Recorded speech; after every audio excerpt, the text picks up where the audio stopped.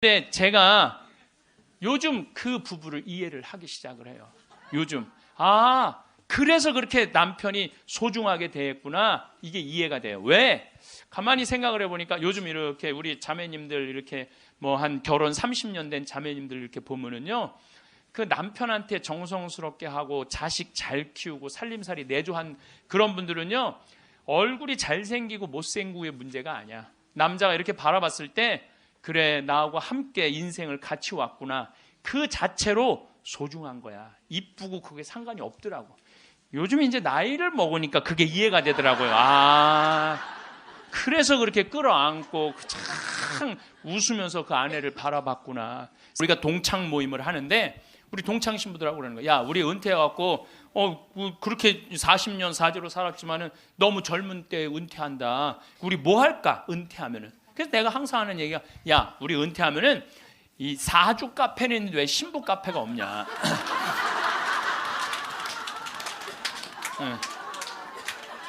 우리 신부 카페 하자. 신부 카페. 아니, 요즘 사람들 마음 답답하면 사주 카페 가고 전보 커피 마시면서 전보잖아요. 그러니까 우리도 신부로, 여러분들 신부로 귀신의 애비로 40년을 살면요, 웬만한 무당보다 나아요. 귀신의 애비로 40년 정도 살면 웬만한 무당보다 낫다니까요. 네, 지금 70살 원로 신부님들 딱 여러분들 보면요, 여러분 인생이 딱 보여요. 얼굴이 뭐냐면 얼이 들어왔다 나갔다는 굴이야. 얼이 들어왔다는. 그래서 우리 얼굴 안에 7,000개 인생이 있다는 거예요. 여러분도 얼굴 안에 딱 보면 남편이 바람 피고 있구나, 이게 금방 나온다니까. 웬만한 점쟁이 무당보다 낫다니까요. 저도 본당 신부하면서 무당들 세례를 많이 줬어요. 무당들이 천신, 자기가 모시는 신기가 떨어지면요, 천신을 찾아온다니까요. 그래서 내가 뭐 북도 태우고 막 이거 신물도 많이 태워주고 세례도 주고, 또 어떤 무당은 유방암이 걸렸는데 67, 8쯤 됐는데 평생 이제 점을 봐준 거죠. 근데 이제 나한테 온 거예요. 이제 삶을 정리하고 하느님한테 귀의하고 싶다고. 살아온 얘기 다 들어주고, 그리고 이제 마지막에 이제 죽을 때 또 신부님 성가 소리 듣고 죽고 싶다고. 근데 쫓아가갖고 또 보니까 막 기다리고 있더라고요. 그래서 성모님 성가 듣고 싶다. 그래서 내가 막 성가 불러주는데 그렇게 해서 돌아가셨어. 그러니까 내 품에 죽은 무당도 있다니까. 내 품에 죽은. 내가 웬만한 무당보다 낫지. 웬만한 무당보다 나은 거예요. 그러면 우리가 카페 차려놓고 여러분들 본당 신부님들 면담하려고 그러면 얼마나 힘들어. 본당 신부님 바쁘고 우리 은퇴하면 시간도 많은데. 그래서 우리 잘생긴 시모니 신부가 있어요. 오늘 오후에 만날 건데, 시모니 신부 그 커피 바리스타 자격증도 있고 잘생기고 자격증이니까 시모니 신부는 커피 바리스타 하고, 그리고 나보다 7살 많은 베네딕토 신부라는데 얼굴이 못생겼어요. 형은 그 정신없이 왔다 갔다 하지 말고 주방에서 나오지 말고 거기서 나오지 말고 음식하고 음식.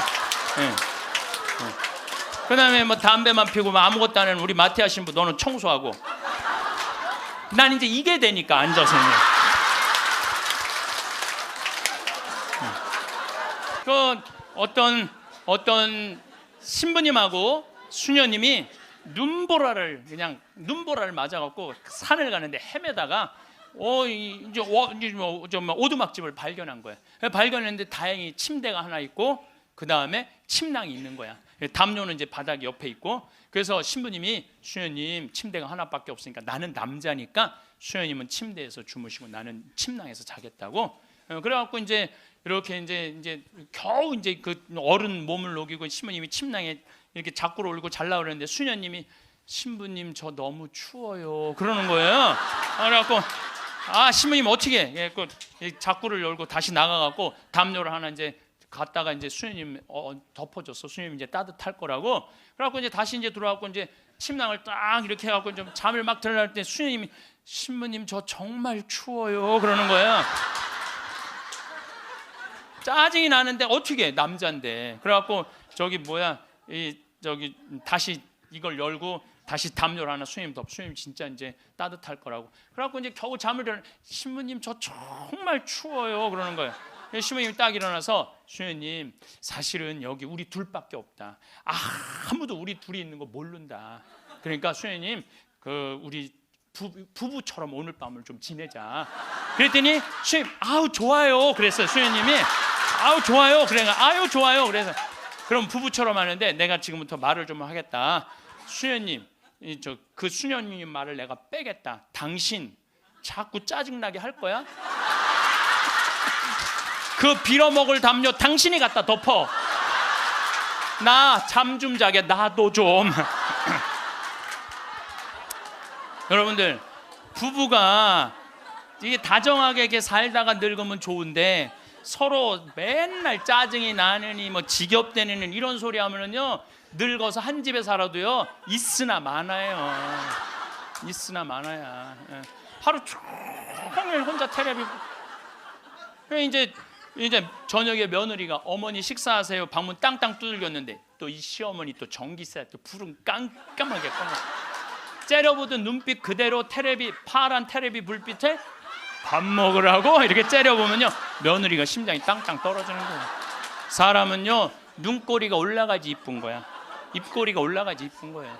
그래서 젊은 사람이 웃을 때 시원한 게 눈꼬리가 올라가고 입꼬리가 올라가서 시원한 거예요. 내가 이렇게 이렇게 젊은 사람은 눈에 확 띄어요. 눈꼬리 쫙 올라가고 입꼬리 올라가서. 또 나한테 강의 들어오면 그냥 와. 신부님한테 온다고 연필로 막.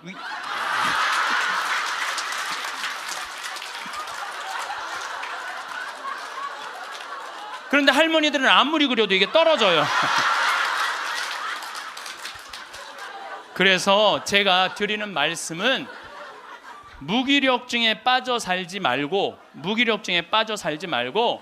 해만 뜨면 집을 나가라는 거예요. 내가 나이가 먹은 분들은요 무조건 해만 뜨면 집에 있으면 절대 안 돼요. 해만 뜨면 그리고 나이 뭐 70살 80살 넘어서 집을 나가주는 게 예의야. 예의. 집에 있으면 안 된다니까요. 그리고 가끔 1박 2일씩 사라져주는 것도 예의에 사라져주는 거. 강원도 평창 생태마을로 사라져주는 게 예의라니까. 하루 종일 웃지도 않고 있으면 뭐가 행복하겠어요. 그러니까 할머니들 오늘 65세가 넘어갔고 나는 해 뜨자마자 나왔다 여기 나왔다 한번 손 들어보세요.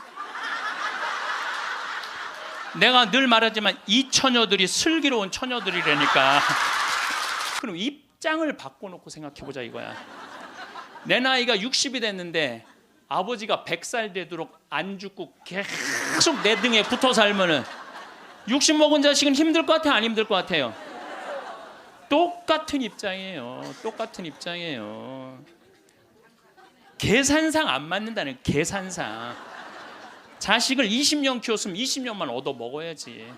근데 이제는 20년 키우고 40년, 50년, 60년 얻어 먹는다니까요. 지금 50살 되신 분들은 110살까지 산다고 말씀드렸죠? 그러면은 지금 50살 된 분들 110살까지 살면은요 60살서부터 자식 기대고 산다면은요 몇 년 얻어먹는 거야? 50년 얻어먹는 50년. 지금 40살들은요 120살까지 사는 거야. 그럼 60살서부터 자식 기대서 얻어먹고 산다면은요 60년 얻어먹는 거야. 20년 기껏 키우고 난 다음에 60년 얻어먹는 게 말이 돼요? 그러니까 이제는 자식하고 산다는 거는 자식이 늙어서 나를 책임진다는 건 상상도 하지 말라는 거예요. 누가 책임져야 돼? 내 인생은? 내가 책임지는 수밖에 없어요. 내 인생은. 그리고 여기 80 넘으신 분들 가운데 자식이 전화 안 한다고 섭섭해하지 말아요. 자식이 전화 안 한다고. 당연히 잊어먹을 때도 돼요. 그 나이 되면은.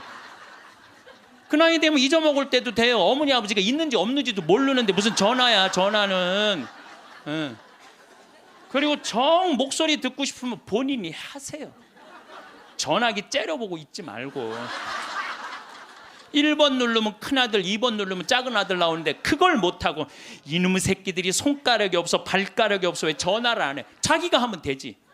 그래서 늙어서는 뭐를 버려야 되냐면 거지 근성을 버려야 돼요. 누가 나한테 해주겠지, 날 찾아와 주겠지, 이런 생각 절대 하지 말라는 거예요. 나 아무래도 오늘 신부님 돌아갈 것 같다. 그래갖고 이제 부지런히 이제 수원 빈센트 평창에서 빈센트에 또 와갖고 이제 신부님 옆에 이제 한 저녁 7시 됐는데 와서 보니까 멀쩡하게 계신 거예요. 안 돌아가시고 1시간을 지키고 있는데도 계속 그냥 멀쩡하게 있는 거예요. 그래서 내가 이제 신부님한테 얘기했죠. 신부님, 이제 좀 돌아가셔라. 아니, 내가 장어를 많이 사줘서 안 죽는 거냐. 신부님이 돌아가셔야지 신부님도 편안하고 나도 편안할 거 아니냐. 이제 그냥 신부님 평생 사죄로 60년 동안 살으셨으니까 하느님이 신부님 자리 잘 만들어 놨을 거니까 돌아가셔라. 아, 근데 뭐 3일 동안 혼수 상태에 있던 분이 내가 그 말을 했는데 눈을 딱 뜨는 거예요. 내가 얼마나 깜짝 놀랐는지 몰라. 이분이 워낙 무서운 분이거든요. 아, 눈을 뜨는데 깜짝 놀랐어요. 신부님, 우리 어머니가 맨날 나 데려가게 해달라고, 나 빨리 죽고 싶다고 새빨간 거짓말이었다는 거예요. 왜 그러냐? 그러니까 93살에 혼수 상태가 돼갖고 이제 분당에 있는 재생병원에 입원을 시켰대요. 그러니까 이제 그 며느리가 성가대원을 했었는데 성가대원들이 위로를 온 거야. 그 이제 기도를 해주면서 그 안젤라라는 자매가 그 며느리한테 그랬다는 거예요. 아, 이제 이번에는 돌아갔으면 좋겠다고. 이제 할머니 혼수 상태에 있는데 이번엔 돌아가셨으면 좋겠다. 그만 자매님 괴롭히고. 그리고 위로를 하고 갔대요. 근데 이 할머니가 혼수 상태에서 깨어나서 첫 마디가 뭔지 알아요? 안젤라 전현 만나지 말아라. 이게 첫 마디야. 이게 첫 마디.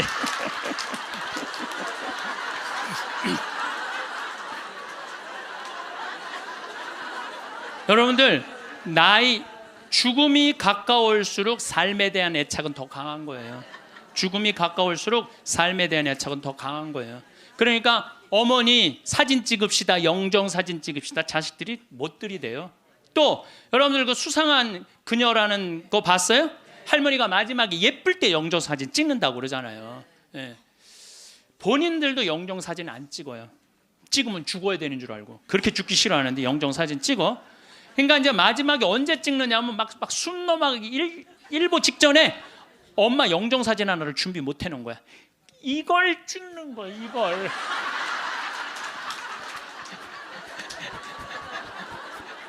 그래갖고 내가 조문을 가보잖아요. 그러면 머리 하얗고 다 이런 사진만 있어요. 안 그래도 슬픈데 이러고 있으면 더 슬프죠. 얼마나 고생을 하고 죽었길래 저러게 하고 저러고 죽나. 여러분들 영정 사진도요 제일 예뻤을 때 찍으세요. 그러니까 2년 동안 말 안 하는 거야. 이 할머니도 그 집에서 사는 게 너무 자존심이 상하는 거야. 그러니까 나한테 전화해갖고 신부님 생태마을 방 하나 달래는 거야. 와서 살겠다는 거야. 나 아직도 건강하다 이거예요. 예. 85살이 그것도 알몸으로 와서 나하고 산다는 거야. 알몸으로. 아니 내가 20살이 나하고 와서 산다 그래도 살까 말까 고민을 지금 해야 될 판국인데 85이 아들한테 3억 다 주고 나한테 와서 알몸으로 살겠다고. 할머니, 우리 생태마을은 피정집입니다. 그래서 할머니 드릴 방이 없습니다. 아니 내가 그 방 많은 거 아는데 왜 방이요? 그 많은 방이 비느냐 이거예요. 내놓으라는 거예요. 할머니 죄송하다고, 우리는 피정집이라 내년 지금 10월 달까지 지금 실질적으로 거의 예약이 끝났어요. 할머니 드릴 방이 없어. 죄송해요. 그러니까 아니 방송 보면 우리 노인들 마음을 가장 잘하는 분이 신부님인데 막상 통화해 보니까 보는 거하고 다르다 이거예요. 방송 보는 거하고. 그러면서 이 할머니가 마지막 전화기를 내려놓으면서 나한테 한 방을 먹이더라고. 뭐라고 그러냐면은 전화 막상 해보니까 신부님이나 내 아들이나 다를 바 하나도 없다고, 똑같다고 전화 끊는 거예요. 우리 집에도 드디어 조카가 장가를 가서 딸을 낳았어요. 로사라는, 이제 나는 이제 할아버지가 됐어요. 조카 손녀가 있어. 조카 손녀가. 근데 그 집에 가보면 참 볼만해요. 증조 할머니, 증조 할아버지, 할머니, 할아버지, 엄마, 아빠 여섯이서 둘러서갖고 얘가 이제 막 돌 며칠 전에 지났거든요. 얘는 가만히 보니까 아무것도 안 해. 그런데도 여섯이서 둘러서갖고 그냥 쳐다보고 있다가 눈만 뜨면 뭐라 그러냐면 눈 떴다. 눈 뜬 게 뭐 이렇게 대단한 일이라고. 6명이 둘러앉아갖고 눈 떴다고 난리를 치고, 거기다가 얘가 빵긋 웃기만 하잖아요. 그러면 그때부터는 애가 재롱을 피는 게 아니에요. 증조 할머니, 증조 할아버지부터 재롱을 피기 시작해. 오르르 깍꿍. 이게 누가 재롱 피는 거야? 내가 보기엔 지들이 재롱 피면서 얘가 재롱 핀다는 거야. 시간 가는지 모른다는 거야. 내가 보기엔 자기네들이 재롱 피고 얘는 그냥 껌뻑껌뻑 쳐다만 보는데, 이 아기를, 그래서 애들은 1살 때 평생 할 효도를 다 한다는 거예요. 1살 때. 여러분들 그때 그 기쁨 평생 애들은 2살 때부터 효도 안 해요. 왜 효도 안 하는 줄 아세요? 1살 때 이미 다 했어. 근데 뭘 2살 때부터 해. 혹시 지금 30살 뭐 된 자식들이 효도 안 한다고 섭섭한 그분들은 욕심이 너무 많은 거예요. 이미 그 기쁨을 다 누린 거예요. 70살 먹은 아줌마가 70살 먹으면 아줌마예요, 여러분들. 예. 아, 웃을 일이 아니에요. 예. 유엔에서, 이번에 유엔에서 나이 재정립이 나왔어요. 나이 재정립이 나왔는데 1살서부터 17살을 미성년이라고 그래요. 미성년. 예. 미성년 17살을, 18살서부터 65살을 청년이라고 그래요. 청년. 이거는 제가 한 얘기가 아니고 유엔에서 한 얘기예요. 유엔에서 65살까지는 청년이라고 그래요. 나는 65살 미치다, 한번 손 들어보세요. 이렇게 청년이 많아 지금. 여기에 청년이 엄청나게 많이 온 거예요. 우리 교회에 청년이 없다고 많은 교회 지도자들은 걱정을 합니다. 근데 저는 걱정할 일이 아니라고 생각해요. 여기 있는 이렇게 많은 청년들이 있는데 왜 걱정을 해? 그러니까 여러분들은 지금 성모에 활동해야 되는 분들이 아니라 청년에 활동해야 되는 분들이에요. 청년에. 만약에 내가 65이 돼서 애도 다 키웠고 결혼도 다 시켰고 나는 이제 늙었다, 65이 나는 늙었다 이렇게 생각하는 분은 불행한 분이에요. 자, 나는 이제 할 일 다 했으니까 이제 뭐만 기다리고 있으면 돼? 죽을 날만 기다리고 있으면 되잖아요. 근데 죽을 날만 기다리고 있어야 되는데 지금 65살이 언제 죽느냐면 100살쯤 죽을 거예요. 그럼 몇 년 동안 죽을 날을 기다려야 되냐면 35년 동안 매일 죽을 날만 기다리고 있는 거야. 불행해요, 안 불행해요? 65, 난 이제 청년, 이제 끝났네? 66살부터 79살까지를 뭐라고 그러냐면 중년이라고 그래요. 중년. 중년. 제가 한 얘기가 아니고 유엔이 한 얘기예요. 유엔이. 66살부터 79살. 자, 나는 66에서 79살이다. 한번 손 들어보세요. 이게 다 중년들이에요. 중년들. 아줌마들이 지금 79까지는, 그러니까 여기 지금 66부터 79살까지 지금 노인대학 다니는 분들은 다 자퇴하세요. 다 자퇴하시고 어디에 다시 들어? 성모에 가입해야 돼. 성모에. 80살서부터 99살을 노년이라고 그래요. 노년. 예. 그리고 100살서부터 노인이라고 그래요. 노인. 100살서부터 노인이라고 그래요. 그러니까 지금 오늘은 여기 노인이 하나도 있어요, 없어요? 한 명도 없어요. 금 중에 제일 소중한 금이 황금도 아니고 소금도 아니고 지금이에요. 지금. 여러분들 중에 이런 분들이 있어요. 오늘 정말로 갈비가 먹고 싶다. 내가 아들을 셋을 키워놨는데 큰아들이 사줄래나 둘째 아들이 사줄래나 막내 아들이 사줄래나 이렇게 생각하는 분은 바보 중에 상바보예요. 왜냐하면은 아니 아들이 무당이야? 막 일하다가 엄마가 지금 갈비 먹고 싶어 하네? 오늘 가서 사드려야 되겠다. 이런 자식 있어요, 없어요? 없어요. 지금 갈비 먹고 싶은 거 누구만 알아? 나만 알아. 그러니까 누가 사줘야 돼? 내가 사줘야 돼. 누구 돈으로? 내 돈으로. 여러분들 추장 본 적 없죠? 추장을 처음 봤어요. 내 태어나서 처음으로. 여러분들 추장님들은요 옷 벗고 안 다녀요. 우리가 잘못 알고 있는 거예요.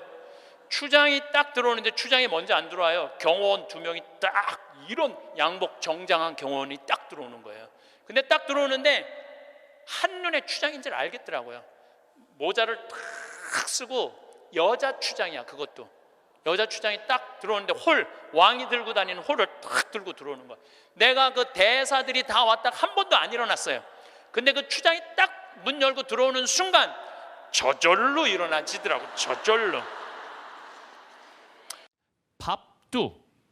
밥도 고맙다, 이쁘다, 감사다 이러면 향기가 나는데 사람은 어떨 것 같아? 사람. 내가 혼배를 한 200상, 300상 정도 해줬어요. 200상, 300상 정도 해줬는데 혼배를 할 때 내 느끼는 게 어쩜 그렇게 신부들이 하나같이 다 이뻐. 안 이쁜 신부가 없어요. 안 이쁜 신부가. 왜 이쁠까요? 남자가 데이트할 때 뭐라 그래? 보고 싶었어. 사랑해. 난 너 없으면 난 안 될 것 같아. 난 너 없으면 죽을 것 같아. 난 네가 원하는 건 다 해줄 수 있어. 말해봐, 원하는 거.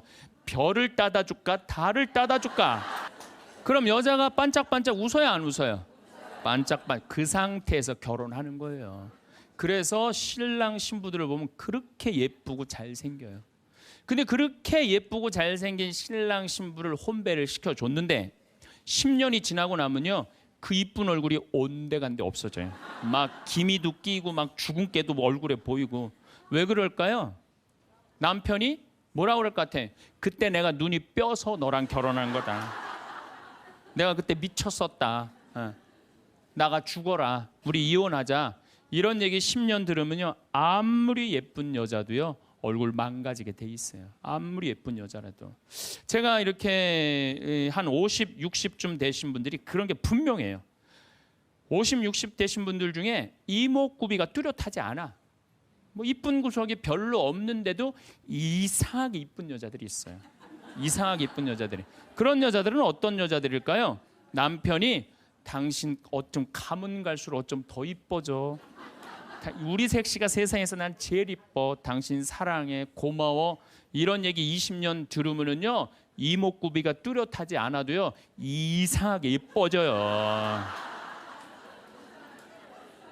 그런데 쌍꺼풀도 분명하고 코도 오똑하고 입술도 도톰한데 50, 60 되신 분들 중에 무섭게 생긴 분들이 계세요. 이목구비가 뚜렷한데도 무섭게 생긴 분들이 계세요. 그런 분들은 왜 그럴까요? 서로 죽이자, 죽자, 뭐 살자, 뭐 이렇게 말하고 20년 동안 싸운 사람은요, 아무리 예쁜 얼굴이라도 망가지게 돼 있어요. 사람은요, 어떤 말을 듣느냐에 따라서 이쁘고 이쁘지 않는 게 결정이 되는 거예요. 여러분들 남편한테, 아내한테도 그렇지만 자식한테도 뭐라 그래? 너는 내 자식이 아니라 왼수다. 나가 되져라. 이런 썩을 놈. 그러면은 자식이 어떻게 될까요? 왼수가 되고요, 바깥에 나가 돌아다니게 되고요, 썩게 돼 있어요. 근데 우리는 엄마들 자식 뜻대로 안 된다고 속상할 때 말을 함부로 하죠. 어느 대학에 교수로 가라고 그랬어요. 근데 나는 교수보다는 평창에 가서 농사 짓고 살고 싶다. 그래서 주교님 명을 거역을 했어요. 지금 생각하면 철없었던 거였죠. 거역을 하고 내가 평창에 들어가서 이제 살기 시작했어요. 평창에 들어가서 살기 시작했는데 주교님이 반대한 거 아니에요. 평창에 가서 사는데 1년에 한 번 이제 주교님한테 신년 하례식 할 때 주교님이 물어봐요. 황 신부 거기 살만해? 너무 행복해요. 제가 이제 첫째 매주 뛰어갖고 된장, 간장, 고추장 판매하잖아요. 그 뭐 저기 찾아오는 사람이 있어요. 팔릴 거 아니에요. 황 신부, 그 저기 농산물 많이 팔려? 너무 많이 팔려요. 황 신부, 거기 사람들은 많이 와? 첫 해는 개미 새끼도 안 왔어요. 알아야지 올 거 아니에요. 근데 내가 너무 많이 와요. 저는 제가 생태마을에 살면서 한 번도 생태마을이 사는 게 힘들다, 지겹다, 나 빨리 본당 내보내줘라 그런 소리 한 적이 한 번도 없어요. 그리고 내가 방송에 나가서든 어디 강의 가서든 나는 평창에 사는 게 너무 행복하다. 밤하늘에 별도 예쁘고. 요즘은 또 이 물이 풍부해갖고 아침에 물 한 개가 피면요, 아침에 일어나면 기가 막혀요. 네. 내가 좋다, 아름답다는 얘기만 하니까 강의 듣는 사람들이 무슨 생각할 것 같아요? 한번 가봐야지. 한번 가봐야지. 그러니까 첫 해는 1000명 정도밖에 안 왔는데 작년에는 3만 명이 오르더니 올해는 4만 명까지 지금 왔어요. 4만 명. 사람들이 너무 많이 오는 거예요. 말이 뭐를 불러일으켜? 복을 불러일으키는 거, 복을. 근데 우리 직원들한테도 올 연초에도 회의할 때 그랬어요. 올해 느낌이 너무 좋아. 대박 터질 것 같아. 너희들 열심히 준비해. 근데 내가 우리 직원들한테 회의할 때 니네들 이렇게 하면 망한다. 니들 똑바로 해. 망할 것 같으니까 똑바로 해. 그럼 이 직원들은요 집에 가갖고 직장 알아봐요. 곧 망할 직장에 마음이 가겠어요? 그런데 올해 대박 터질 것 같아. 마음이요 벌써 놓이는 거예요. 얼마 전에도 우리 생태마을에 교수님인데 60에 시력을 잃기 시작해갖고 65세 완전히 시력을 잃으신 교수님이 오셨어요. 근데 그분이 나하고 밥을 먹으면서 이런 말씀을 하시더라고요. 신부님, 저도 오래간만에 새벽에 강물 소리, 너무 듣기 좋은 강물 소리 들어서 3시간 동안 강물 소리에 흠뻑 젖었다는 거예요. 그리고 새벽에 새가 우는데 너무 자기 오래간만에 행복했다고. 근데 여러분들은 이 두 눈으로 온 세상을 다 보면서도 사는 게 지겨워 죽겠어. 이렇게 사느니 죽는 게 나. 눈이 아깝다 이거예요. 눈이 아깝다. 눈알 하나 갈아 끼는데 얼마 들어? 1억 들어. 1억. 2개 갈아 끼면 2억이야. 2억. 지금 난 눈 뜨고 쳐다보고 있는 분들 지금 2억 지금 깔고 있는 거예요. 지금 2억. 심장 하나 갈아 끼는데 5천, 간 갈아 끼는데 7천, 신장 갈아 끼는데 3천이에요. 그럼 이거 3억 5천이에요. 3억 5천. 여러분들 팔 하나 이거 의족으로 갈아 끼는데 400이에요. 양팔 800, 양다리 1600. 대충 따지면 여러분 한 5억 정도 되는 거예요. 그리고 더욱이 여기 지금 걸어오신 분은요 적어도 5억짜리로 지금 끌고 온 거예요. 5억을 갖고. 그리고 여러분들 그 눈, 다리, 손가락, 발가락 다 붙어있는 식구 4명이 밥을 먹으면은요 20억이 앉아서 먹는 거. 20억이 앉아서.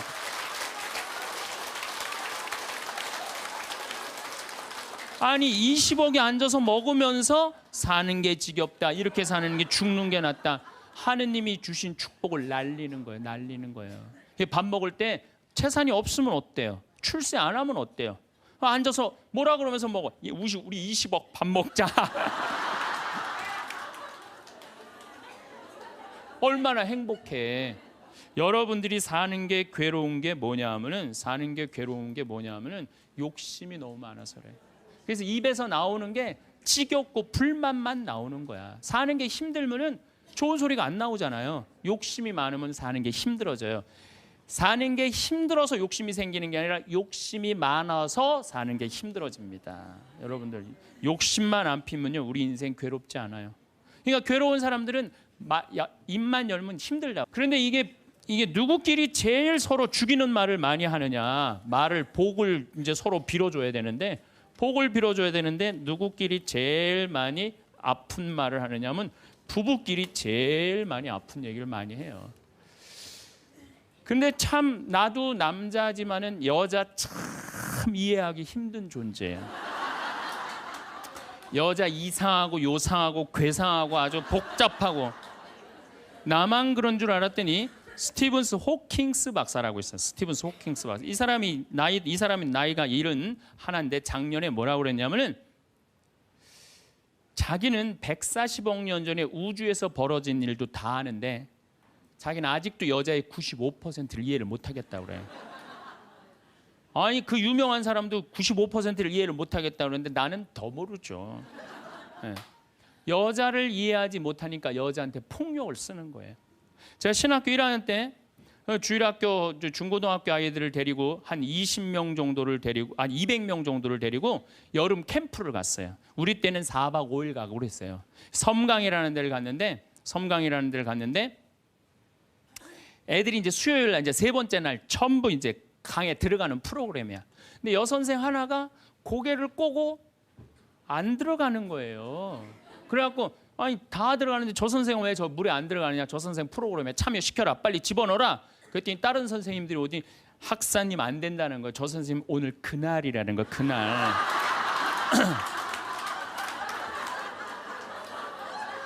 근데 내가 신학교 1학년이 그날이 뭔지 어떻게 알아요? 그래서 내가 물어봤어요. 그날이 뭔데? 학사님 오늘 저 선생님 그날이라 안 된다니. 오늘 물에 들어가는 날이지 그날이 뭔데? 그랬더니 어떤 지혜로운 엄마 선생님이 나를 한 군데로 데려가더니 학사님 여자는 한 달에 한 번 매직이 있다는 거예요. 그래서 내가 매직이 뭔데요? 근데 그 엄마 선생님 정말 지혜로웠던 것 같아요. 그 엄마 선생님이 학사님 이 여자는 한 달에 한 번 생리를 하는데 그때 피가 나오기 때문에 물에 들어가면 안 된다는 거예요. 나는 그거 처음 알은 거예요. 처음 알은 거 그때. 그러니까 내가 여자에 대해서 모르니까 여자한테 뭐를 하느냐, 폭력을 쓰는 거예요. 폭력을. 근데 이런 일들이 집안에서 수도 없이 일어나요. 남자는 여자를 이해하지 못해서 폭력을 쓰고 여자는 남자를 이해하지 못해서 폭력을 쓰고, 그래서 서로 답답하다고 싸울 때 보면 크크크 치치치 크크크 이러고 싸워요. 말이 안 통한다고. 그러니까 여자에 대한 생물학적 특징을 알아야 되고 남자에 대한 생물학적 특징을 알아야 되는데 그거에 대해서 서로 모르는 거예요. 근데 이제는 알아야 돼요. 왜 알아야 되느냐 하면은 옛날에는 남자하고 여자하고 20살에 결혼해갖고 50살에 죽었어요. 남자 여자 20살에 결혼해갖고 애 한 열 낳다 보면요, 애 낳다가 죽어요. 남자는 애 키우다 죽어요. 갈등이 있을 수가 없어요. 부부라고 그러지만은 한 집에 살지도 않아. 안사람 바깥사람 그러고 그냥 사는 거예요. 근데 요즘은 안 죽어. 100살.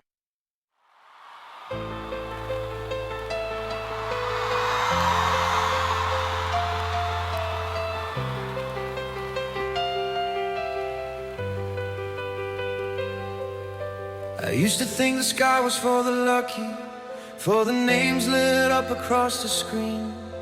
Standing in a crowd of moving shadows, wondering what my own life could mean. Every wrong turn left a different lesson.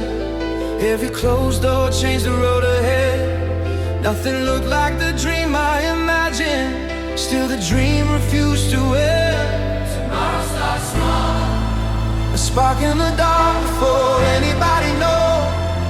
Tomorrow starts small, a quiet voice saying. 살까지. 남자 여자가 50살서부터 100살까지 서로 이해도 못하면서 한 집에서 50년을 사는 거예요. 그래서 이제 제가 찜질방을 잘 가요. 찜질방을 잘 가는데 아주 뜨거운 찜질방을 잘 가는데 얼굴이 알려졌잖아요. 그래갖고 아는 사람들이 많아요. 그래갖고 수건을 뒤집어 쓰고 찜질방에 가서 앉아 있어요. 한쪽 끝에 조용히 쭈그리고 앉아 있어요. 그러면 이제 아줌마 셋이서 들어와서 수다를 떨기 시작하면은 이해할 수 없는 수다를 떨어요. 아줌마 3명이서 뭐라고 그러냐면은 한 아주머니는 자식 얘기해요. 자식 얘기. 그럼 옆에 아주머니가 자식 얘기하면은 그 자식 얘기를 같이 받아줘야 되는데 옆에 아주머니는 그러거나 말거나 자기는 남편 바람핀 얘기해요. 또 옆에 아줌마는 남편 바람핀 얘기 해거나 말거나 자기는 아파트 산 얘기해요. 주제가 다른 3가지 이야기를 각자 지치지도 않고 30분 동안 계속 하는 거예요. 이해가 안 되더라고요. 우리 남자들은 정치 얘기를 지금 하고 있는데 아내가 여보 우리 애가 자꾸 속을 썩여 그럼 남자 신경질 부려요.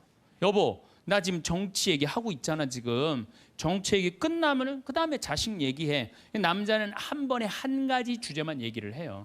근데 여자는 동시에 3가지 얘기를 동시에 하는 거야.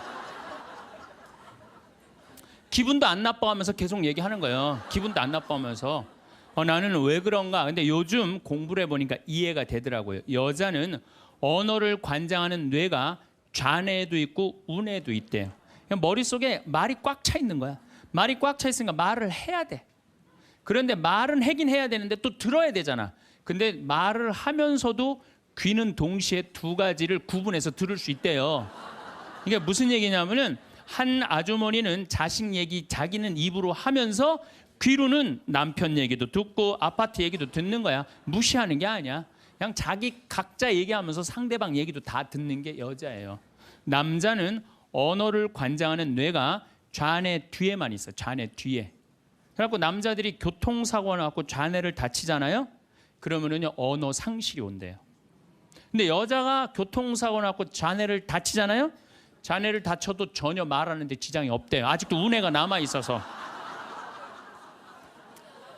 그리고 이런 이 부부가 남자하고 여자하고 부부 싸움을 하잖아요. 그럼 남자는 또 흥분을 하면 그나마 자네 뒤에 언어를 관장하는 뇌 기능이 없어져 버린대. 흥분하면. 그러니까 아내가 여보, 당신 뭐 시집 와갖고 나 손에 물 안 묻히게 해준다 그랬더니 당신 나 얼마나 고생시켰어. 뭐 결혼기념일을 챙겨줬어, 생일을 챙겨줬어, 우리 친정엄마를 챙겨줬어, 나 여행을 보내줬어. 막 따지면은 남편들이 대꾸를 해야 되는데 이게 어디 있는 줄 알아야지. 대꾸를 어디 있는 줄 알아야지. 그리고 대부분의 남자들의 반응이 어떠냐면 어이 그거 어이 30분 동안 계속 어이 하다가 끝나는 거예요. 여자는 그냥 좌안에 있는 거 쏟아내고 우에 있는 거 쏟아내고 막 30분 동안 그냥 있는 대로 공격을 하고 난 다음에 여자는 할 얘기 다 했어요. 그 남자가 그게 시끄러. 그리고 여자는 자기 하고 싶은 얘기 다 하면은요 원도 한도 없어요. 부엌에 가고 아무 일도 없다는 듯이 설거지해요. 그럼 그때부터 남자들이 신경질이 나는 거예요. 왜 신경질이 나냐면 왜 내가 그때 그 적절한 대답을 왜 찾아내지 못했을까? 막 신경질이 나는 거예요.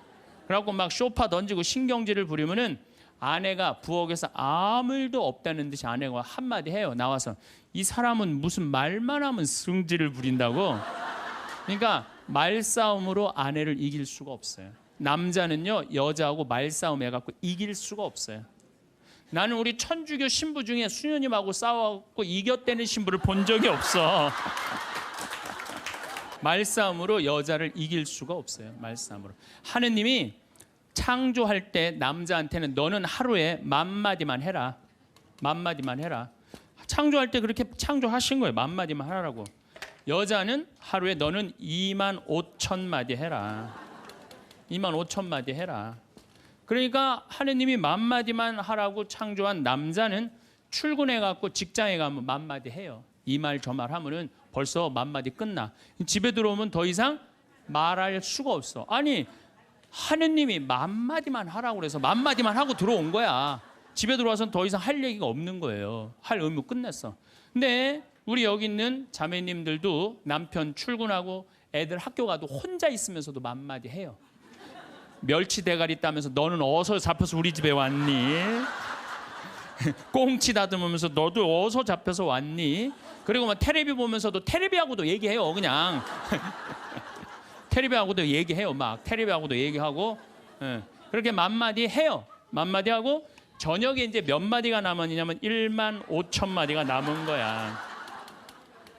이 15,000마디를 누구하고 하고 싶으냐면 남편하고 하고 싶은 남편. 그래갖고 저녁 차려주고 남편한테 여보 그 옆집 여자 말이야. 아 오늘 저녁에 같이 이 저녁 찬거리를 사러 시장에 나갔는데 그 여자는 김치찌개 거리를 돼지고기 한 근만 사면 되는데 5근이나 사고 정신 나간 여자야. 그러니까 그냥 살림이 그 모양 그 모양이지. 이랬는데 남자는 이미 더 이상 말하기 귀찮은 거예요. 그래서 남편이 한마디 해요. 쓸데없는 소리 하지 말고 부엌에 와서 국이나 더 떠오라고. 그럼 여자는 미치는 거예요. 아직도 15,000마디가 남아있는데 국 떠오라고 그러면 미치는 거예요. 근데 저도 이 말에 저도 동감을 해요. 왜냐하면 저는 10,000마디만 하게 창조된 인간이잖아요. 그런데 나는 이렇게 강의를 하면 10만 마디를 해요. 10만 마디. 10만 마디라니까 사실은 난 사제관에 우리 생태마을에서 강의하고 사제관에 딱 밥 먹으러 저녁에 내려가잖아요. 한마디도 하기 싫어요. 한마디. 근데 우리 밥 해주는 자매님이 밥하고 난 다음에 뭐 이런저런 얘기할 거 아니에요. 뭐 개도 내가 5마리 키우니까 개 얘기도 하고 뭐 어쩌면 대꾸하기가 싫은 거예요. 그래서 한동안 대꾸를 안 했어요. 대꾸를 안 하니까 굉장히 기분이 나쁘잖아요. 신부님이 대꾸를 안 하니까 안 되겠더라고요. 그래서 하루는 불러서 내가 얘기를 했어요. 남자는 하루에 10,000마디만 하게 창조됐는데 내가 10만 마디를 한다. 그래서 나는 정말 대꾸하기가 싫다. 한마디도 하기 싫다. 그냥 밥만 먹고 싶다. 나한테 앞으로 말 시키지 말아라. 제가 얘기를 했어요. 얘기를 했는데도 그래도 우리 자매님도 여자인지라 말을 하잖아요. 그럼 막 말을 하는데 내가 얘기했는데 말하니까 신경질을 나잖아. 내가 인상을 딱 쓰면은 자매님이 한마디예요. 신부님 대꾸하라는 게 아니야. 그냥 나 떠드는 거니까 그냥 밥만 먹으라는 거야. 이게 뭐냐면은 이게 합의가 된 거예요. 합의가 된 거야. 그러니까 그냥 떠들어. 그냥 떠. 난 대꾸 안 하는 거 이해하고 떠드는 거 이해되는 거야 서로. 내가 보기에는 많은 부부들이 특히 우리 자매님들이 남편이 막 목석같이 있으면 이런 말을 해. 나는 사는 게 하나도 재미가 없다. 그러죠? 남편이 목석 같으니까. 그런데 남편이 목석이 아니에요. 원래 창조되기를 그렇게 창조된 거예요. 만마디만 하게 창조된 거예요. 그러니까 여러분들은 유일한 실수는 만마디밖에 할 줄 모르는 인간이랑 결혼한 게 유일한 실수예요. 더 놀라운 건 뭐냐면은 한 아주머니는 자식 얘기하고 한 아주머니는 남편 얘기하고 한 아주머니는 아파트 얘기하면서 손으로는 달걀을 까먹어 간다는 거예요.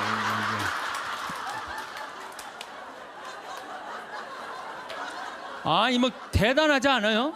달걀. 여러분들 남편한테 이번 추석 때나 뭐 어느 때 한번 시켜보세요. 달걀 좀 까줘 그러면 남편은 어떻게 하는 줄 알아요? 달걀만 까요. 그것만 쳐다보고.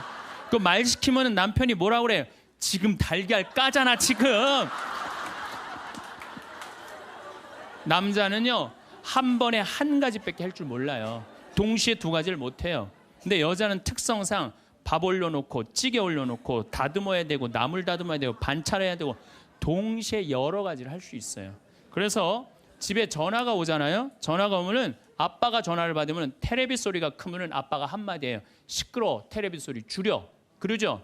또 애들 시끄러우면 아빠 통화하니까 가만히 있으라고 그래요. 그 남자는 전화만 해요. 근데 엄마한테 전화가 오잖아요. 테레비 소리 애들 떠드는 거 전혀 상관없어. 더욱이 어느 정도로 심하냐면 막 통화하면서 테레비에 딱 어떤 여자가 나오면은 저 여자 이혼했다고 그러더니 나오네. 이게 무슨 얘기냐면은 언어에 있어서 여자가 남자보다 뛰어납니다. 남자는 말주변이 없어. 말주변이 없게 돼 있어요. 근데 문제는 언어만 뛰어난 게 아니야. 여자가 시각도 뛰어나요. 시각도. 우리 눈에는 광수용체가 있어. 빛을 받아들이는 수용차, 짝대기, 사각형 짝대기가 1억 3천만 개가 있어요. 이게 남자 여자가 다 있어요. 근데 요 1억 3천만 개는 하얀색, 빨간색, 까만색, 파란색만 구분하는 거예요. 그러니까 남자들은 이 광수용체 1억 3천 거 요것만 있어요. 남자들은 색깔 구분을 네 가지만 해요. 남자는 회색도 하얀색, 베이지색도 하얀색, 하얀색도 하얀색이야. 남자는 분홍색도 빨간색, 주황색도 빨간색, 빨간색도 빨간색이에요. 남자는 색깔 구분을 못 해요. 근데 여자들은 원추형 광수용체 700만 개가 더 있어요. 여자가. 그래갖고 이건 온갖 색깔을 구분하는 거예요. 그러니까 나는 아직도 카키색이 무슨 색인지 몰라요. 카키색, 잿빛색, 쥐오리색, 뭐 별색을 다 얘기해. 여자들은 그런 구분이 다 되는 거예요. 여자들은 생겨 먹은 것 자체가 그렇게 생겨 먹은 거예요. 색깔. 그러니까 네 가지 색깔밖에 구분하지 못하는 남자와 온갖 색깔을 구분하는 여자하고 부부야. 그 부부가 옷 사러 나가면 싸울 것 같아, 안 싸울 것 같아? 싸워요. 왜냐하면 남자는 다 그게 그거 같으니까 아무거나 딱 붙잡아. 여보 가자 그러면 아내가 답답해 보이잖아요. 여보 지금 당신 얼굴 색깔하고 그 옷 색깔하고 맞다고 생각해? 안 어울리잖아. 가만히 있어봐. 그래갖고 이거 들었다 놨다 저거 들었다 놔면은 남편이 신경질이 나는 거. 뭘 저렇게 까다롭게 고르느냐. 아무거나 그냥 입고 가지. 그러니까 남자들하고 여자하고 싸울 수밖에 없어요. 싸울 수밖에 없어요. 그래갖고 옷 사러 나갈 때는 같이 나갔는데 들어오는 시간은 달라요. 이미 남자는 벌써 들어와 있어. 신경질 부리고. 그러니까 색깔 구분 때문에 그래. 색깔 구분. 그런데 남자들은 옛날에 사냥하던 버릇이 있어서 시각이 터널형 시각을 갖고 있어요. 멀리 사슴을 발견해야 돼. 곰도 발견해야 되고. 그래서 멀리 이렇게 쪼여서 보는 습관이 있어요. 남자들은 멀리 있는 걸 잘 봐요. 남자들이. 그런데 요즘 남자들이 사냥을 해요, 안 해요? 안 해요. 쪼여 보는 습관은 있는데 사냥을 안 하니까 요걸 남자들이 어디다 쓰냐면 잔치집에 가면은 이쁜 여자가 있으면 그걸 쪼여서 봐요. 금방 누구한테 들켜요? 마누라한테 들키는 거예요. 이쁜 여자 처음 보냐고. 어떻게 알았지? 왜 몰라? 이렇게 쪼여서 보고 있는데. 그래서 참 재미난 통계가 있어요. 부부가 같이 잔치집에 가면 남자는 3명 내지 4명밖에 모르는데 온 사람. 그 사람 왔었어? 이런데요. 나는 뭐 기억이 없는데. 기억이 없지. 당연히 이거 쪼이고 계속 보고 있었으니까. 근데 여자는 시각이 180도라 다 본대요. 다. 그 남자 넥타이를 몸에 고왔고 시계를 못 차고 왔는 까지 다 한다는 거예요. 여자. 그래서 보통 정신적인 바람을 피는 걸 보면은 남자는 3명 정도 피는데 여자 한 30명 정도 이미 피고 들어와요. 그런데 이게 이 터널형 시각을 가진 남편한테 아내가 심부름을 시킵니다. 여보, 냉장고에서 치즈 좀 꺼내와. 그러면 이 남자들이요, 딱 냉장고만 열면요 답답한 거예요. 이놈의 치즈가 어디 있는 거야 이게. 터널형으로 보니까 이게 안 보이는 거. 치즈 못 찾아요. 그 좁은 그 냉장고 안에 있는 그걸 못 찾아요. 그래갖고 아니 치즈가 어디 있다고 그래, 나 못 찾겠는데. 그러면은 아내는 이게 180도 시각이기 때문에 뒷꼭지에도 시각이 있어요. 그래갖고 딱 냉장고 문을 열고 들여다도 안 봐요. 들여다도 안 보고 딱 손 넣고 딱 꺼내갖고 남편 코앞에 딱 들여대는 거예요. 이걸 못 찾느냐고. 그러면요 남자들은요 깜짝깜짝 놀라는 거예요. 아내의 능력에 대해서 놀라는 거예요. 그래갖고 결혼 생활 한 20년쯤 한 부부들을 보면은요, 아내가 부엌에서 소리만 지르면요 남편은 경기를 일으키는 거예요. 이번 또 내가 뭘 잘못해갖고 저 소리를 지르는 거야. 그냥 남자들이 눈치가 없어요. 눈치가. 예, 말주변 없지, 눈치 없지. 그렇죠? 눈치가 없어요 남자들이. 참. 그러니까 남자들이 어느 정도로 눈치가 없느냐면은 아내가 지금 자기를 미워하는지 괴로워하는지 몰라요. 언제 아느냐면 귀싸대기를 맞아야지 알아요. 귀싸대기를 예. 귀싸대기를 딱 맞아야지 아 이거 지금 우리 마누라가 심각하구나. 아니면 아내가 눈물을 뚝뚝 흘릴 때 그때서 느끼기 시작하는 거예요. 정말 답답한 거죠. 그러니까 말주변 없지, 눈치 없지. 근데 아까도 말씀드렸지만, 어제도 말씀드렸지만은 이게 40까지 50까지 살 땐 아무 문제가 없어요. 이게 100년 살면서요 한 집에서 답답해서 못 살아요. 둘이 답답해서 못 살아요. 아니 말주변이 있나 눈치가 있나. 거기 더 미치는 건 뭐예요? 청각이 떨어져요. 남자가 청각이 떨어져요. 보통 개는 10만 사이클 정도 듣는다 그래요. 10만 사이클 듣고 그 다음에 어린아이들은 3만 사이클 정도는. 그래서 초등학교 아이들, 중고등학교 아이들이 헤비메탈 음악이 좋아해요. 걔네들 헤비메탈 음악 좋아하고, 막 엄마는 짜장면을 시켜서 혼자 먹고 나는 뭐 찌꺼기만 먹었어 뭐 이런 랩 음악 걔네들은 다 들려요. 다 들려 걔네들은. 여러분들은 잘 안 들리죠? 네. 이 얘네들이 3만, 엄마들은 2만 사이클 정도. 2만 사이클. 그러니까 젊은 부부가 같이 잠을 자갖고 건너방에서 애가 울잖아요. 그럼 누구 귀에만 들리느냐면 엄마 귀에만 들려요. 그래갖고 여보 나 너무 힘들어. 오늘 애하고 하루 종일 씨름을 해갖고 내가 힘들어서 못 일어나니까 당신이 일어나서 좀 나가봐. 이러면은 대부분의 남편들이 이렇게 말한대요. 아무 소리도 안 들리는데 뭐가 들린다 그래. 예민하게 굴지 말고 잠이나 자. 그러면은 누가 일어나서 나가느냐면은 아내가 일어나서 나가는 거, 엄마가 일어나서 나가는 거. 그러니까 아내들은 남편하고 살면 살수록 더 답답한 거야. 말주변이 있나, 눈치가 있나, 말귀를 알아듣나.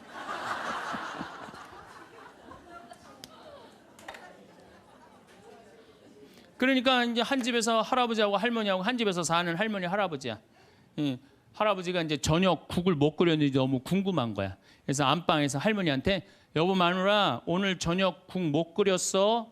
근데 부엌에서 딸그락 소리는 들리는데 대답이 없는 거야. 이놈의 마누라가 날 또 무시하는구나. 이번엔 또 거실에 나가고 또 한번 물어봐요. 이놈의 마누라 저녁 국 못 끓였냐니까 왜 대답이 없어? 아 근데 딸그락 소리는 들리는데 또 대답이 없는 거야. 너무 화가 난 할아버지가 이번에는 부엌에 가갖고 이놈의 할망구야, 저녁 못 끓였는지 내가 3번이나 물어봤는데 대답을 안 하냐고. 사람 말이 말 같지 않으냐고. 그러니까 할머니가 눈을 동그랗게 뜨고 하는 말이 내가 콩나물국이라고 3번 얘기했잖아. 누구만 못 들은 거야? 할아버지. 제가 이렇게 강의를 가면은요 할아버지들이 이렇게 하고 듣는 할아버지들이 참 많아요. 이게 남자의 특성이에요. 그래서 남자들은 만 사이클밖에 못 들어요. 만 사이클. 그래갖고 남자들은 음악을 빠른 음악 들으면 다 시끄럽다고 그래. 다 시끄러우니까 끄라고. 그저 남자한테 음악이라고 그러는 건 꿍짝짝 어머나 이러지 마세요. 이런 음악만 음악이에요. 남자는. 그래서 30대 40대가 넘으면 트로트를 좋아할 수밖에 없어. 남자들은 빠른 음악을 안 들리니까. 한 28,000 사이클 정도가 보통 우리 음악에서 나오는 헤비메탈 음악이거든요. 그러니까 못 듣는 거예요. 그 다음부터는. 그러니까 말귀 못 알아듣지, 눈치 없지, 말 주변 없지. 자, 요즘 어떤 할아버지가 할머니하고 같이 한 집에서 사는데 그런 거예요. 이제 냉장고가 고장이 났고 애프터 서비스를 불렀어. 애프터 서비스를 딱 불렀는데 애프터 서비스 하고 난 다음에 갔어. 근데 요즘은 참 대한민국이 애프터 서비스 끝나고 나면은 고객센터에서 전화하잖아요. 고객님 매운 만족하십니까? 보통 만족하십니까? 저 설문조사를 하잖아요. 근데 이게 또 할아버지가 전화를 받았네. 아, 냉장고 고쳤는데 이제 애프터 서비스라고 전화를 했는데 애프터 서비스 센터에서 전화했다 그러니까 뭘 또 애프터 서비스를 해주느냐? 그래갖고 뭐라고 그러니까 할아버지가 할머니한테 그런 거예요. 여보 마누라 요즘 이상해. 냉장고 고쳤는데도 뭐 매운 만두 먹을래요? 보통 만두 먹을래요? 그렇게 물어보는데 말귀를 못 알아들어요. 말귀를. 그러니까 60이 넘어가기 시작하면 할머니들 목소리가 커지기 시작해요. 막 할아버지한테 막 소리 지르는 거예요. 소리 지르는 이가 말귀를 못 알아들으니까 소리를 지르기 시작하는 거예요. 그러니까 점점 나이 먹으면 할머니들은 거칠어지고 그러니까 말귀를 못 알아들으니까 기억력까지 떨어지게 돼 있어. 동시에. 그러니까 어떤 할머니 할아버지가 또 한 집에서 살면서 할아버지가 너무 배가 고픈 거예요. 할머니한테 심부름을 시켰어요.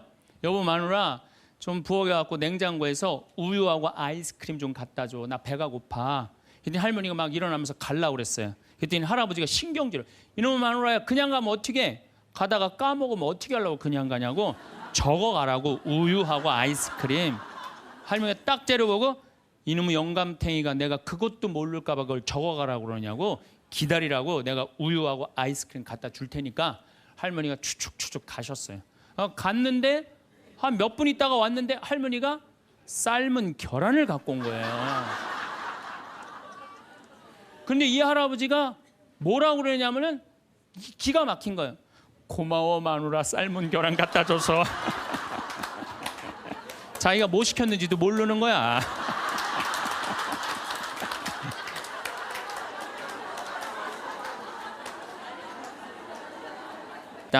그 일이 다 이루어질 때까지 내가 얼마나 짓눌 것인가라고 말씀을 하십니다. 이 얘기는 무슨 얘기냐면은 예수님께서 받아야 될 세례, 짓눌려야 되는 건 뭐야? 십자가의 고통에 짓눌리고 난 다음에 비로소 예수님이 제자들한테 부활하시고 난 다음에 그때 평화가 너희와 함께 있기를. 그러니까 우리가 평화를 얻는 거는 처음부터 마음의 평화를 얻기 위해서 성당 나오면 안 되고 성당 나와갖고 갈등, 십자가, 고통 이런 게 다 지나고 난 다음에 그 다음에 얻어지는 게 뭐예요? 평화야. 근데 우리는 십자가, 고통, 갈등 그건 하나도 거치고 싶지 않고 처음부터 뭐만 얻고 싶어요? 평화만 얻고 싶어요. 그러니까 잘못 찾아온 거죠. 잘못 찾아온 거예요. 여러분들이 정말로 마음의 평화를 찾고 싶으면은 성당에 나오면 안 돼요. 성당에 나오면요 평화가 깨져요. 많이 깨집니다.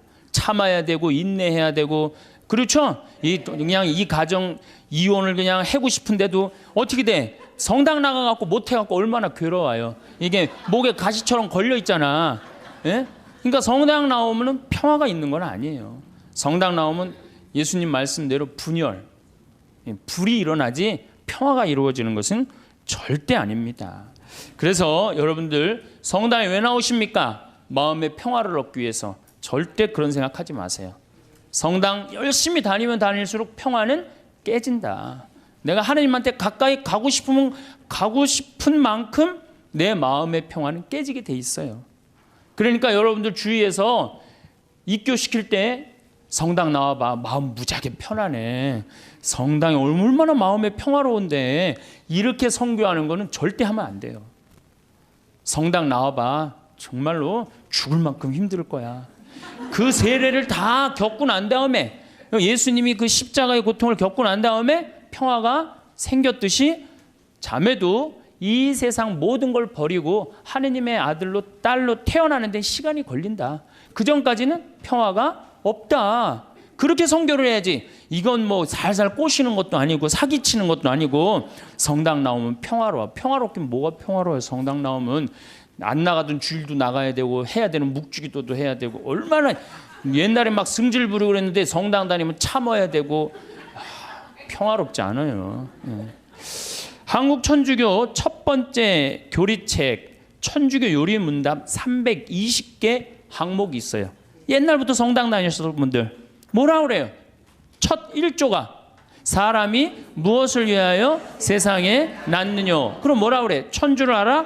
공경하고 자기 영혼의 구원을 위하여 세상에 낳느니라. 그러니까 내가 성당 나오는 이유는 하느님을 공경하기 위해서 나오는 거예요. 내 평화를 얻기 위한 게 아니라 누구를 위해서 나오는 거야? 하느님께 경배드리기 위해서 성당 나오는 거지 내 평화를 얻기 위해서 나오는 거 아니에요. 두 번째로는 내 영혼의 구원을 얻기 위한 거예요. 아, 신부님 이 성당 나왔고 하느님한테 경배드리려면 뭐하러 나옵니까? 이거 너무 하느님 중심 아닙니까? 이렇게 생각하는 유혹에 현대인들은 많이 빠져 있어요. 그렇죠? 하느님 뭘 공경하고 경배해. 내가 일단 행복해야 되는데 이런 유혹에 빠져 있어요. 근데 사실은 우리는 지금 은총 속에서 살고 있어요. 은총 속에서. 여러분들 공기가 만들어지는데 몇 년의 세월이 걸렸을 것 같아요? 40억 년의 세월이 걸렸어요. 40억 년 동안 이 우리가 마실 수 있는 공기가 여건이 조성되는데 몇 년이 걸려? 40억 년이 걸린 거예요. 그 40억 년 동안 정성 들여갖고 이렇게 공기가 온 지구에 가득 차고 난 다음에 생명이 아주 이 지구에서 꿈틀거렸거든요. 그러면 이 소중한 공기를 우리가 마시면서 돈 냅니까 안 됩니까? 공짜로 마시죠? 얼마나 감사해요. 얼마나 감사해요. 하늘에서 빈님 돈 1,000억 내면 내려줘요? 공짜로 내려주세요 안 내려주세요? 공짜로 내려주시잖아요. 얼마나 감사해. 햇빛, 만물을 키워내는 햇빛, 요즘 가을 햇빛 참 기가 막히게 좋죠. 막 우리 평창의 들판에 정말로 벼들이 막 있고 있어요. 그 햇빛 공짜로 내려주세요 안 내려주세요? 내려주시죠? 여러분들이 길 다니는데 공짜로 다니세요 안 다니세요? 땅 밟고 지나다니는데 아니 지금 살아가는데 절대적으로 필요한 걸 이렇게 다 받고 있는데 우리가 그 하느님께 경배드리지 않는다면은 우리가 얼마나 욕심이 많은 거예요.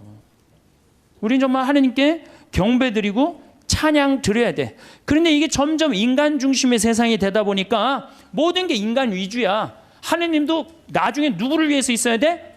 인간을 위해서 있어야 되고 나를 위해서 있어야 돼. 완전히 거꾸로 돼가는 판국이 이제 발생하는 거죠. 우리 인간이 받은 수많은 혜택에 대해서 감사와 찬양을 드리지 않는다면 지금 인간들이 저지르고 있는 전쟁, 폭력, 환경 재앙은 이건 계속 될 거예요.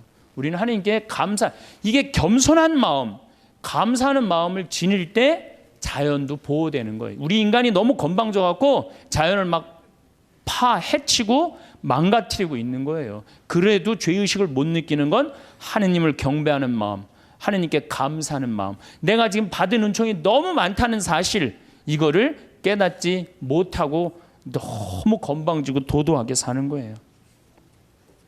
그런데 천주교 교우들이 하느님을 믿는 이유가 감사와 찬양을 드리기 위해 믿는 게 아니고 마음의 평화를 얻기 위해 믿는다면 결국 하느님도 내 마음의 평화를 위해서 있어 주어야 하는 존재로 전락하는 거예요. 그야말로 전락하는 거예요. 하느님이. 내가 하느님을 믿었는데 평화가 오기는커녕 가정에 분열이 일어나고 성당 다니는 삶이 자꾸 의무감으로 바뀌어요. 자꾸 의무감으로 바뀌어. 그래서 주일 미사도 이게 자꾸 걸려. 그냥 나가기 싫은데 억지로 나가는 경우가 있어요. 그렇죠? 여러분들 그런 경우 많죠?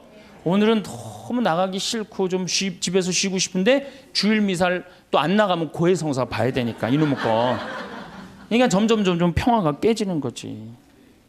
그리고 이 천주교는 내 마음의 평화를 얻기 위한 거니까 내가 하느님한테 뭘 감사드리고 찬양드리기보다는 어떻게 하느냐면 자꾸 달라고 그래요. 이걸 주시고 저걸 주시고 맨날 뭘 이렇게 달라고 그래. 뭘 달라고. 개신교 교우들은 모이면은요 심하다 싶을 정도로 하느님 얘기뿐이에요. 개신교. 그래서 그분들은 대종상 타면 제일 먼저 누구한테 감사드린다고 그래? 하나님한테 감사드린다고 그러죠. 그렇죠? 그리고 막 같이 뭐 메달 따고 그럼 다 같이 모여서 막 무릎 꿇고 기도해야 안 해요? 천주교 교우들 그런 거 봤어요? 나는 한 번도 들어본 적이 없어. 근데 이번에 김경화 선수가 탔고 동메달 따고 성호 거 때문에요. 특이한 천주교 교우예요. 방수현 선수 이후로 다시 탄생한 특이한 천주교 교우들이에요.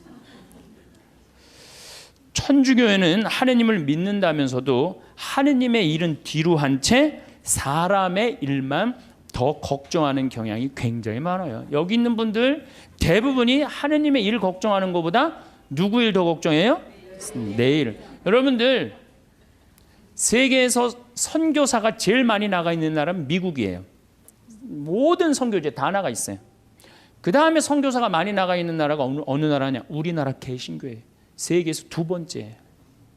우리 근데 천주교 교우들은 나가요 안 나가요? 내가 알기로도 한 100명 이내도 안 돼요. 지금 외방선교회하고 또 뭐 몇몇 수도회 뭐 이런 수녀님들하고 거의 없어요. 그러니까 우리는 하느님의 일은 걱정하지 않고 무슨 일 걱정해? 사람의 일을 걱정하는 거예요. 예수님이 마태오복음에 이런 얘기를 해요. 예루살렘에 올라가시면서 내가 예루살렘에 올라가면 고난을 받을 것이다. 그리고 3일 만에 살아날 것이다. 그러니까 베드로가 뭐라 그러냐? 맙소사 주님. 그런 일은 주님께 결코 일어나지 않을 것입니다. 하니까 예수님이 이런 말씀을 하세요. 사탄아, 내게서 물러가라. 너는 나에게 걸림돌이다. 너는 하느님의 일은 생각하지 않고 사람의 일만 생각하는구나. 여러분들 하느님 믿는다면서 내가 하느님의 일을 더 많이 걱정해요? 사람의 일을 더 걱정해요? 사람이 솔직해서 좋습니다. 마음의 평화를 얻기 위해 신앙생활을 하시는 분들은 하느님의 일을 생각하기보다는 사람의 일을. 그러니까 우리 천주교 교우들은 어떨 때 보면 이게 믿는 집단인지 아니면 친목 집단인지 헷갈릴 때가 많아요. 네, 믿는 집단인지 친목 집단인지 헷갈릴 때가 많아요. 이 심지어 주일학교 애들 여름신앙학교 할 때도 보면은 아주 슬퍼요. 우리 평창에 모래내 교회가 3년 동안 왔어요. 모래내 개신교회가 3년 동안 왔는데 내가 이제 바빠갖고 전도사님을 계속 못 만났는데 3년째 내가 전도사님을 만나서 아유 우리 집에 이렇게 3년 때 오는데 어떻게 재밌으셨냐고 그랬더니 그 전도사님 하시는 말씀이 아우 우리 3일 동안 은혜 많이 받고 갑니다. 그러는 거예요. 저는 주일학교부터 여름 신앙학교 뭐 여름 뭐 캠프 뭐 20년 동안